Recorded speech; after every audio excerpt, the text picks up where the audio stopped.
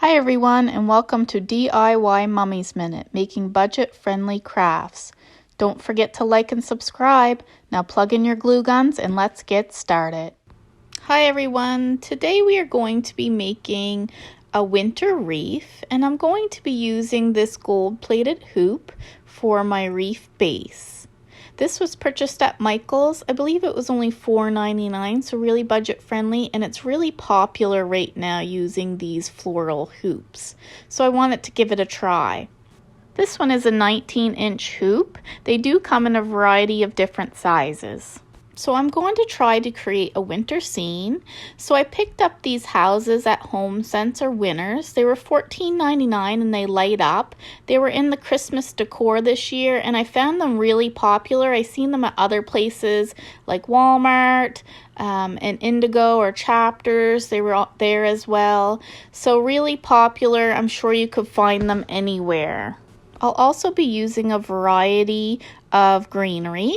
So this pine bush was purchased at Michael's and it is listed for $19.99. However, if you wait until after the Christmas season, all of their Christmas decor goes on sale. So I actually received 75% off on all the greenery for this wreath. So it was an amazing deal and I stocked up, so I'll be fully supplied for next year.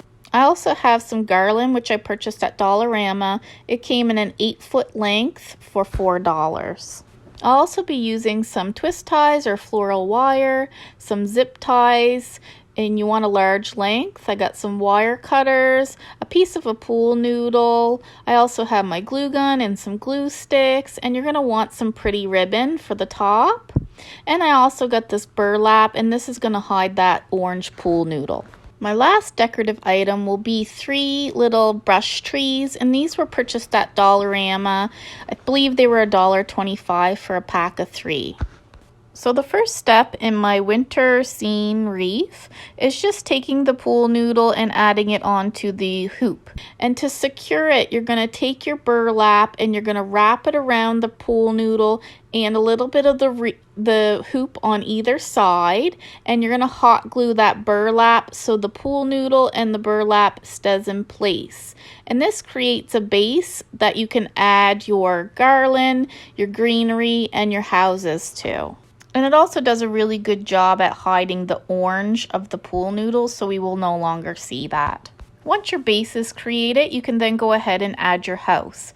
So to do this, I'm just going to be using the zip ties. So I'm going to take the zip ties and weed it through the windows in the back of the house. So I'll go in one window, out another, and then around the base. And this is going to keep that house in place. I also, because it does have a switch on the bottom to turn it on and off for the light, I want to push it upwards a little bit so I can still get that switch and be able to turn it on. And because these houses have so many different windows, I was able to secure it to the base in 2 different areas. So that was really helpful. When your house is secure, it will look a little messy, but don't worry, once you add your greenery, you won't even see those zip ties. So now we can focus on the greenery. So the first step is just preparing. And these bushes are great because you can cut them into pieces, into single pieces.